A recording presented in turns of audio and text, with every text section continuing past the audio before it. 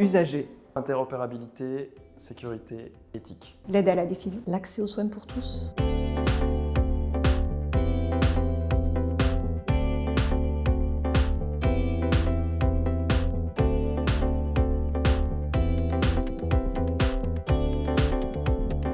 Le rôle de l'ANS dans le Ségur numérique, c'est d'avoir construit un nouveau dispositif très innovant de financement à l'équipement, financement des éditeurs de logiciels. C'est un dispositif qui est relativement complexe. Et dans ce contexte, l'objectif de l'ANS, c'est vraiment d'accompagner ses utilisateurs, les éditeurs de logiciels, les professionnels, les établissements de santé.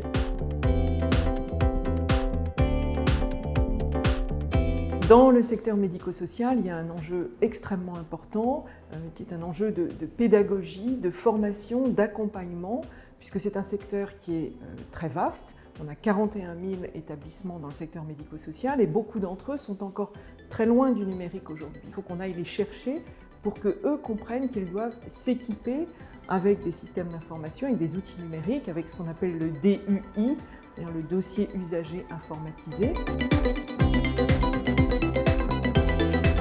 L'interopérabilité est une des étapes à franchir pour tous ces logiciels qui doivent communiquer. C'est le principe de l'interopérabilité, de s'échanger de l'information et de la comprendre. Notre cœur de métier, c'est l'interopérabilité sémantique, c'est-à-dire la description du langage, tout simplement. Parler le même langage d'un logiciel à un autre pour que justement l'aide à la décision, et notamment l'aide à la décision clinique, soit tout à fait pertinente.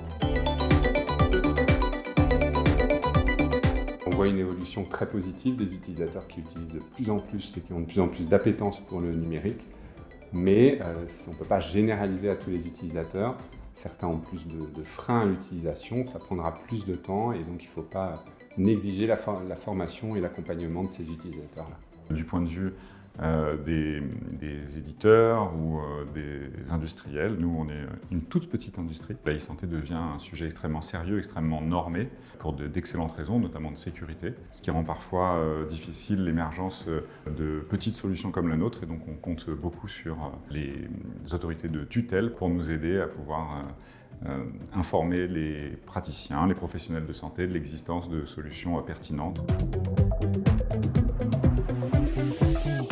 On l'a vu pendant la crise sanitaire, la ICPS n'était pas énormément déployée. Dans le petit fascicule qui est présenté à l'entrée, on parle de 32 000 ICPS.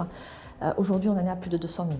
La ICPS, donc, ça permet de se connecter via ProSanté Connect à certains téléservices, à certains applicatifs. Les professionnels de santé sont extrêmement satisfaits de ce dispositif. Il y a peu d'incidents dessus, ce qui permet de consulter tout simplement sans problème.